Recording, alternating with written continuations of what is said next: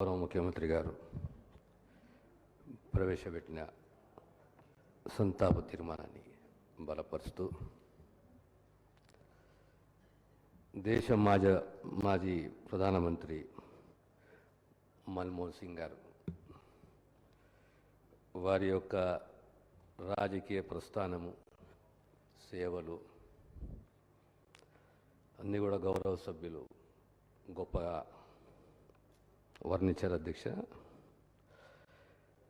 మాజీ ప్రధానమంత్రి మన్మోహన్ సింగ్ గారు గొప్ప మానవతావాది, దార్శనికులు, ఆర్థిక రూపశిల్పి. వారి లేని లోటు తీరని లోటు. అధ్యక్ష, ఆయన ఎన్నో పదవులు అలంకరించారు. ఒక ఆర్థికవేత్తగా, ప్లానింగ్ కమిషన్ వైస్ చైర్మన్గా, ఆర్బీఐ గవర్నర్గా, ఆర్థిక శాఖ మంత్రిగా, దేశ ప్రధానిగా. ఇందులో ప్రధానంగా మనము గుర్తించవలసింది ఒక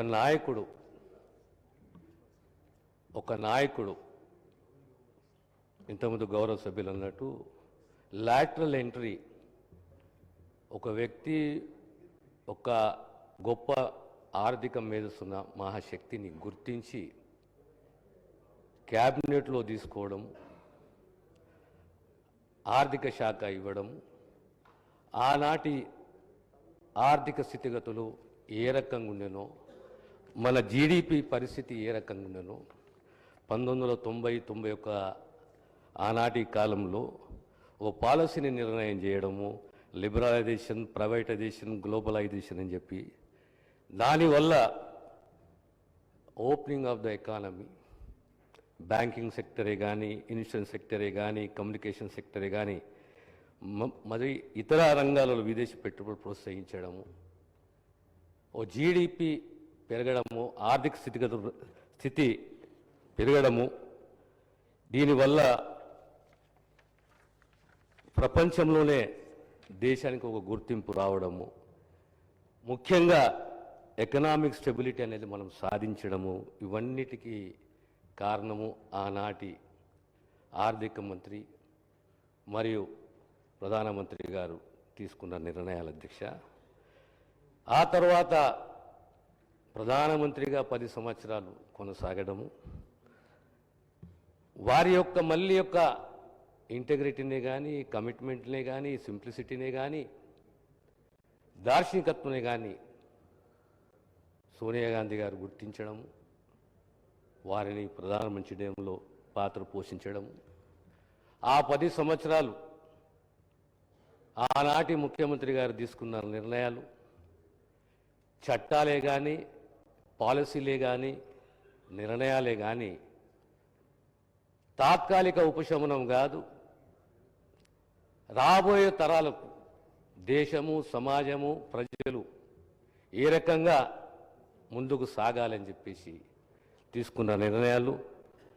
ఇందులో విద్యకు, వైద్యానికి, ఉపాధికి సంబంధించి, దేశ భద్రతకు సంబంధించి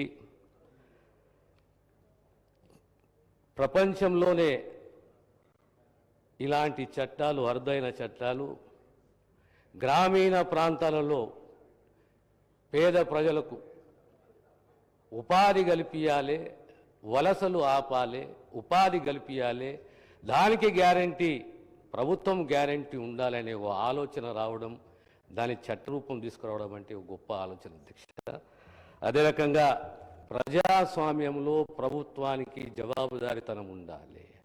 there should be an accountability to the government.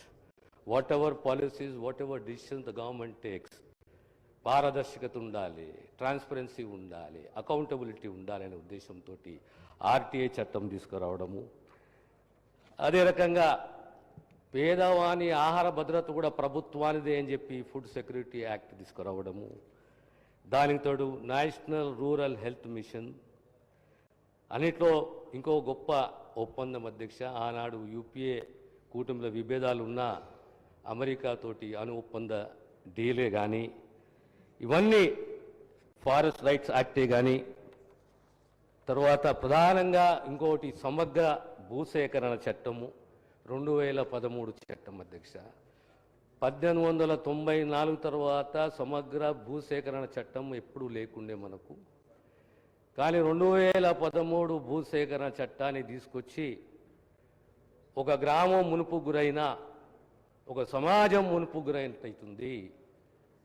భూమి ఉన్నవానికి, ఇల్లున్నవానికి నష్టపరిహారం చెల్లిస్తాం. కానీ చేతి వృత్తులే కానీ, కుల వృత్తులే కానీ, భూమి లేని నిరుపేదలే కానీ వారు కూడా ఆ గ్రామము, ఆ సమాజంలో భాగస్వామ్యము, వాళ్ళని కూడా కాపాడుకోవాలి, వారికి భద్రతను కల్పించాలి, వారి సమాన హక్కులు కల్పించాలి, ఆర్థిక భరోసా కల్పించాలనే ఉద్దేశంతో ఒక గొప్ప చట్టము ఆర్ని ఇంక్లూడ్ చేసుకుని తీసుకొచ్చిన చట్టమే 2013 భూసేకరణ చట్టం అధ్యక్ష.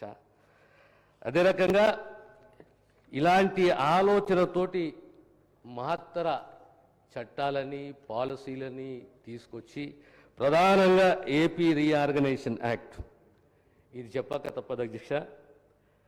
60 సంవత్సరాల తెలంగాణ పోరాట కల సాకారం చేసి ఆనాడు leader of the parliament reorganization యాక్ట్ని తీసుకొచ్చి తెలంగాణ కల సాకారం చేసిన ప్రధాన పాత్ర పోషించిన మన్మోహన్ సింగ్ గారు.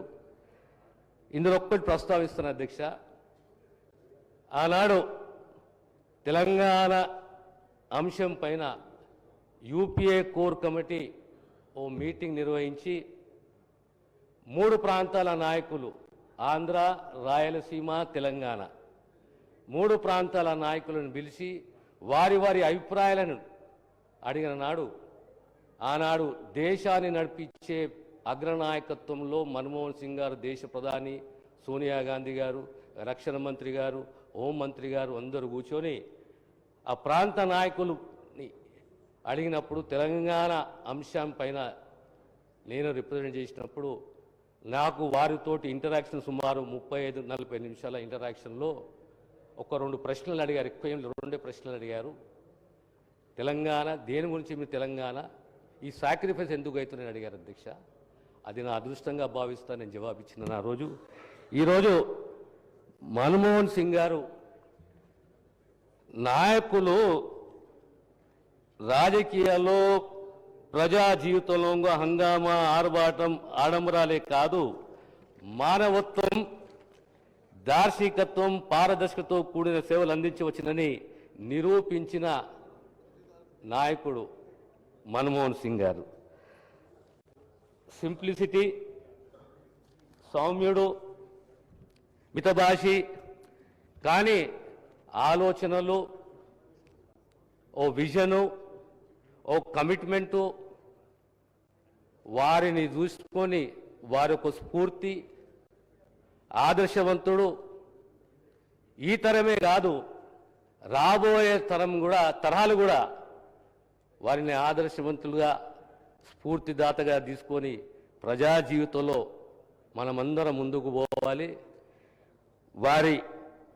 వారికి ప్రవేశపెట్టిన ఈ తీర్మానాన్ని బలపరుస్తూ సెలవు తీసుకుంటున్నాను అధ్యక్ష. గౌరవ సభ్యులు శ్రీనివాస్ యాదవ్ గారు.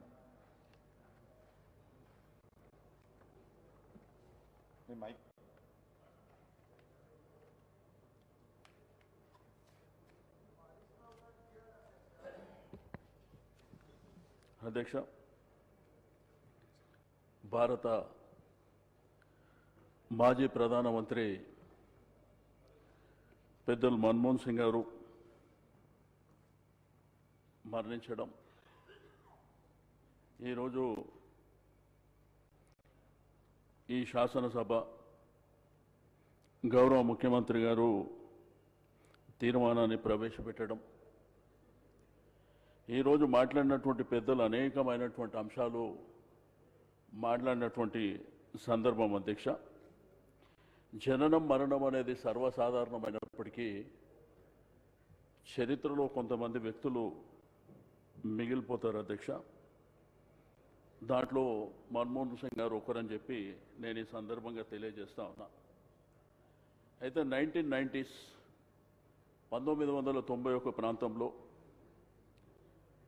ఈ దేశ రాజకీయాల్లో ఒక తెలుగు బిడ్డ, అపార మేధావి అయినటువంటి పివి నరసింహారావు గారు ప్రైమ్ మినిస్టర్ అవుతున్నటువంటి సందర్భంలో